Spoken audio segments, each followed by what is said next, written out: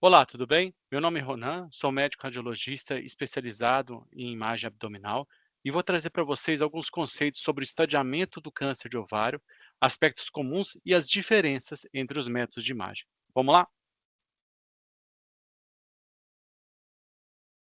Então a gente vai passar por uma introdução, encarar o problema, ver o que tem de laboratório, falar sobre o estadiamento, aonde estamos, o que tem de comum e diferente entre os métodos de imagem.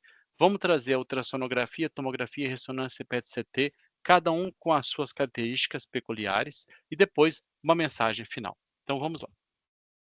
Então, uma introdução importante é que o câncer de ovário é a segunda neoplasia ginecológica mais comum e responsável pelo maior número de mortes.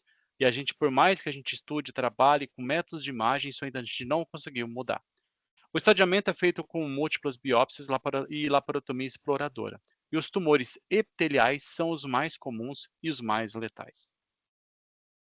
Qual que é o problema? Segundo os oncoginecologistas, hoje nós temos aí 295 mil mulheres ao redor do mundo que são diagnosticadas com câncer de ovário, né?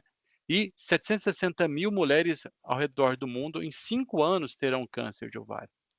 Então, ou seja, nós teremos 184 mil mortes por câncer de ovário. Então, é um número muito relevante. E esse número aumentou em 55% o número de casos diagnosticados por ano, por maior acesso ao diagnóstico e por outros fatores. Até 2035, essa é uma estimativa que também aumentará em 70% o número de mortes. Então, ou seja, é um tumor em ascensão, talvez por causa de algumas mudanças comportamentais, de dieta, hormonais e também pelo aumento de sobrevida da população, né? Apesar da incidência relativamente baixa, né, existe essa alta mortalidade com tendência a crescimento.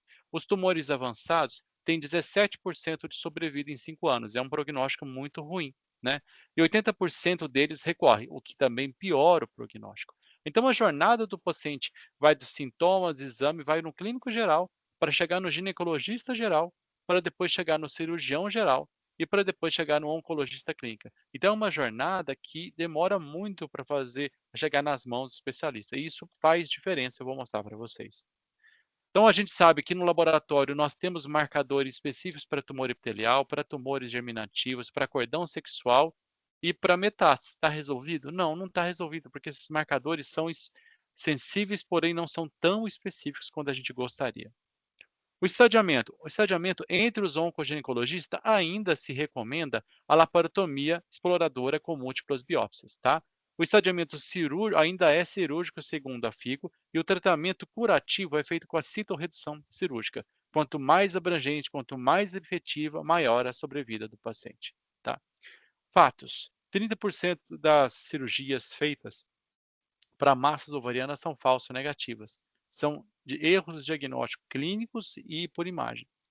Quando o oncoginecologista faz a cirurgia, tem 92% de melhora da sobrevida. Então, é uma estatística muito relevante. Então, quando a gente vai nos congressos de oncoginecologia, uma mensagem que eles repetem é, por favor, o colega ginecologista não operar esses pacientes. Encaminhar, porque existem, como eu disse, quanto mais efetiva, maior a sobrevida, a citorredução. Então, isso aqui, por exemplo, é um tumor de ovário, que é o maior tumor que o ser humano pode ter, que é o cisto adenocarcinoma mucinoso. O estadiamento, qual que é a vantagem da gente se introduzir nessa história do radiologista ser um protagonista no estadiamento? A gente pode ajudar eles na extensão da doença, melhorar o planejamento cirúrgico, aconselhamento do paciente, né? E selecionar principalmente os casos que não devem ser abertos, para poder fazer uma quimio e uma rádio neoadjuvante. Então a gente está aumentando esses protagonistas, tomando o nosso ponto de destaque no meio dessa discussão em prol da melhor qualidade de vida do paciente, tá? O que nós temos de comum entre os métodos de imagem? A acurácia dos 3 métodos é semelhante. Para quê? Para identificação que é um tumor de ovário. Não precisa de ressonância, tomo ou ultrassom, não faz diferença para fazer o diagnóstico do tumor de ovário. Para ver pelve, todo mundo sabe, e a gente é importante frisar, para quem não sabe, que a ressonância e o ultrassom são melhores. Com certa tendência à ressonância, porque ela é menos examinador dependente. Os dois são examinador dependente, mas a ressonância é um pouco menos, mostrado pelos trabalhos, que inclusive esse aqui é um trabalho do IOTA, mostrando a indicação do IOTA, dizendo que, recomendando o RADS como método para ser usado, né. Então todos usam a mesma língua, tomo, ultrassom e ressonância usam o RADS, principalmente a ressonância e ultrassom. E o estadiamento avançado, toma e ressonância são semelhantes, porém, há trabalhos recentes mostrando que a ressonância é um pouco melhor pelas novas técnicas de difusão que conseguem detectar implantes que a tomografia não consegue detectar. Então aqui tem um cistoadenocarcinoma seroso indiferenciado, a gente vê a lesão primária no ovário e olha o grau de invasão local que ele tem, ele se derrama infiltrando a parede pélvica. Aqui uma tomografia para estadiamento mostrando focos de carcinomatose nessa região aqui supramesocólica esquerda, abaixo do diafragma e acima do ligamento frenocólico. A gente vê derrame pleural, a gente vê ascite, então estendendo as duas goteiras paracólicas, que são sítios de implantação metastática ou implantes. O ultrassom é a primeira linha de avaliação na suspeita da massa com uma alta sensibilidade e especificidade. Então a gente sabe que um ultrassom bem feito muitas vezes dispensa outros métodos de imagem, tá? Por quê? Porque dependendo de um ORADS 2, 3, talvez até alguns casos um 4, um bom ultrassom já faz todo o diagnóstico e o estadiamento, ok? Nas mãos de um examinador experiente, ok? A variabilidade de risco, qual que é essa? É a sobressão entre as características de imagem benignas e malignas, que denota a necessidade de fazer o que você está fazendo agora, é de se subespecializar, de estudar, de aprender como fazer. E a dificuldade que a gente ainda tem em alguns colegas ultrassonografistas de implantação do IOTA sobre o RADS, sendo que no artigo que acabei de mostrar, o próprio grupo do IOTA recomenda a utilização do RADS, que é filho do IOTA. Tá? Aqui a gente tem imagens de diferentes planos de ultrassonografia de um cistoadenocarcinoma mucinoso, mostrando ascite aqui no espaço hepatorrenal e um grande tumor no aspecto eh, panorâmico com áreas sólidas e císticas. A ressonância e a tomo são semelhantes nos estadios iniciais, com a ressonância sendo um pouco melhor que a tomo nos estadios mais avançados. Segundo os critérios da Sociedade de Ginecologia da Europa, a tomografia com contraste, a ressonância e o PET-CT são opções na avaliação inicial de pacientes com carcinoma de ovário avançado, acima de 3A. Por que eu deixo o PET-CT aqui não grifado? Porque na nossa realidade de América Latina não é uma verdade, né? O PET-CT é bem limitado para isso. A gente tem de disponibilidade. Ressonância magnética. A ressonância aumenta a especificidade para a malignidade, diminuindo falsos positivos. E ela supera, sem dúvida, os demais métodos na identificação de doença peritoneal. Então, para fazer a detecção de doença peritoneal inicial ou recidiva, talvez não, a ressonância é mais sensível do que a tomo. Mas quando a doença está disseminada, claramente com um bolo mental para fazer o índice de carcinomatose, aí são métodos semelhantes, sendo que a ressonância tem esses valores preditivos de negatividade e positividade.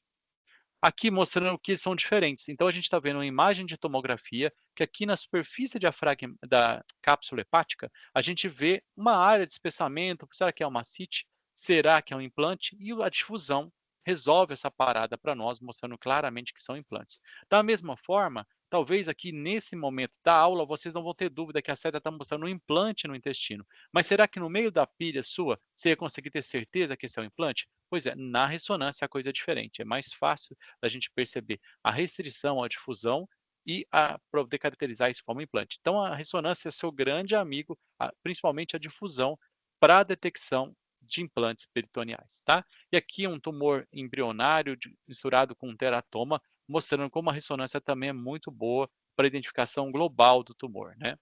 Outra coisa que são diferentes, então as lesões nodulares na superfície hepática, como eu acabei de mostrar para vocês no slide anterior, a gente tem que saber considerar se são implantes metastáticos por via hematogênica, ou seja, dentro do parênquima hepático, ou são implantes da superfície hepática. A ressonância se mostra superior a isso. Então aqui a gente tem focos de metástase, né? No fígado, nesse ponto, nesse ponto, nesse ponto, e aqui a gente vê implantes na cápsula hepática, que é diferente. Aqui é um estadiamento 3, aqui seria o 4, tá? Igual aqui nós temos implante aqui, nós temos implante aqui e nós temos implante aqui. São diferentes estadiamentos que mudam bastante o prognóstico e a conduta do paciente. Aqui um ponto que a ressonância é bem diferente, o fato do preto na ressonância no RADS vai para 2, uma coisa que a gente não tem na ultrassonografia. Esse é um slide da doutora Andrea Rockwell mostrando isso. E o PET-CT, O PET-CT é muito bom para pesquisa de metástases linfonodais à distância, avaliação da resposta ao tratamento e pesquisa de recidivas e monitoramento.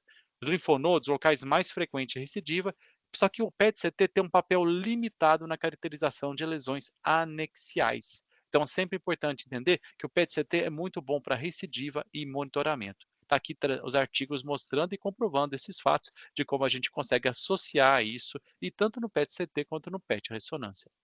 Então, a mensagem final é: os objetivos da imagem são detecção e diagnóstico do tumor primário, estadiamento pré-operatório, complicações operatórias, seleções de casos inoperáveis, ou seja, evitar uma cirurgia desnecessária, o abrir e fechar, que tem congelamento da pelve, que tinha invasão nervosa, que tinha invasão da parede pélvica, e acompanhamento pós-operatório para tumores epiteliais, o qual a gente já viu que o PET-CT se mostra o melhor método para isso, mas nem sempre é disponível.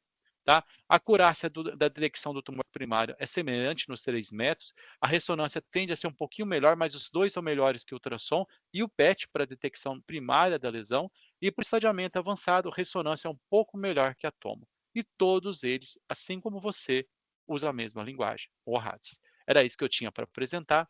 Muito obrigado pelo seu tempo.